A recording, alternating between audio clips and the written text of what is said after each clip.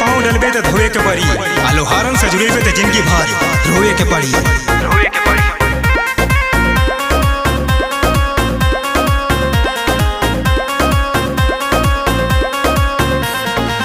हई लोहार हम ढंग से बोला, नहीं तो उड़ा दे हम 36 के चोला।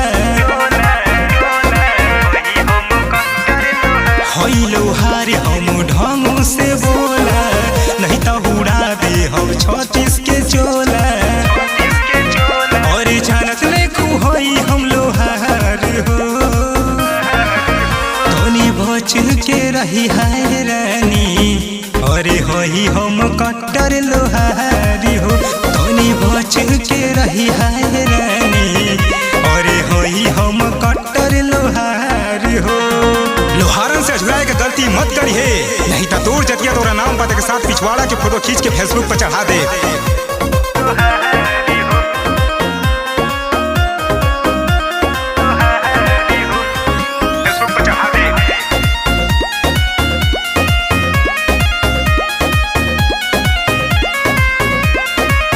बारू ताजपुर घूमी के जाओ, नहीं तो धूर पतवा कहीं ले ली मजा हो।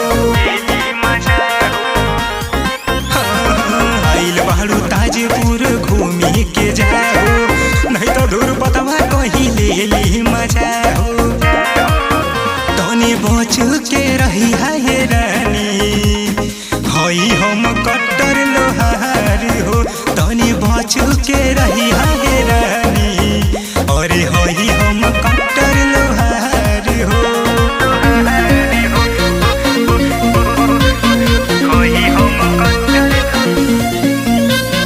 पॉकेट में मनी और लोहारन से दुश्मनी सेहत के लिए हानिकारक है।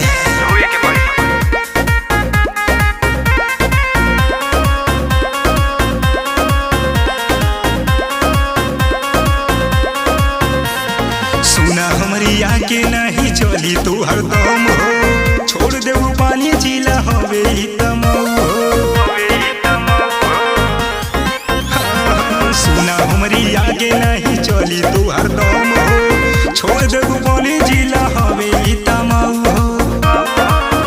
धोनी बच के रही है रानी, अरे हई हम कट्टर लोहार हो। धोनी बच के रही है रानी, अरे हई हम कट्टर लोहार हो। हम कट्टर